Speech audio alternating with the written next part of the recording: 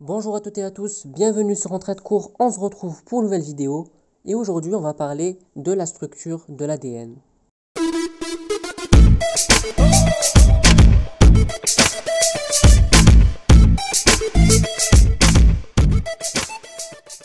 Chez tous les êtres vivants, l'information génétique est portée par une même molécule, la molécule d'ADN. La structure de l'ADN est la même chez toutes les espèces, on dit que la molécule d'ADN est universelle. Elle est composée de deux brins ou deux chaînes qui s'enroulent l'une autour de l'autre et qui forment une double hélice. Chaque brin d'ADN est composé de petites sous-unités qui sont des petites molécules différentes. On les représente par des formes, des lettres ou des couleurs différentes. Ces quatre types de sous-unités sont appelés nucléotides. Dans l'ADN, il existe donc 4 nucléotides différents. Un brin d'ADN correspond donc à l'enchaînement de nucléotides les uns à la suite des autres. Et dans la molécule d'ADN, les deux brins sont complémentaires.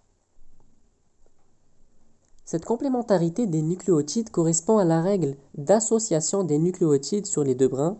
En effet, lorsque sur un brin un nucléotide C est présent, sur le deuxième brin, il y aura toujours un nucléotide G. De la même façon, si un nucléotide T est présent sur un brin, sur l'autre brin ce sera forcément un nucléotide A. On dit que les nucléotides sont complémentaires. C est complémentaire à G et T est complémentaire à A. Petit mnémotechnique pour s'en rappeler, pensez à CGTA. De cette façon, sur le deuxième brin de la molécule d'ADN, on peut compléter le schéma en notant la succession des nucléotides en respectant la complémentarité. La séquence de nucléotides correspond à l'enchaînement des nucléotides sur un brin de la molécule d'ADN. Pour cela, on note cette séquence de façon linéaire en notant par une lettre le nom des nucléotides.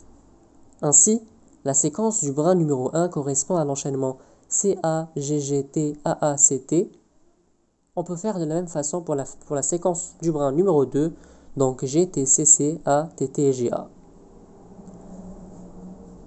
La molécule d'ADN est donc une molécule qui présente une structure particulière, mais rappelons que cette structure est la même pour tous les êtres vivants. C'est pour ça qu'on dit que la molécule d'ADN est une molécule universelle.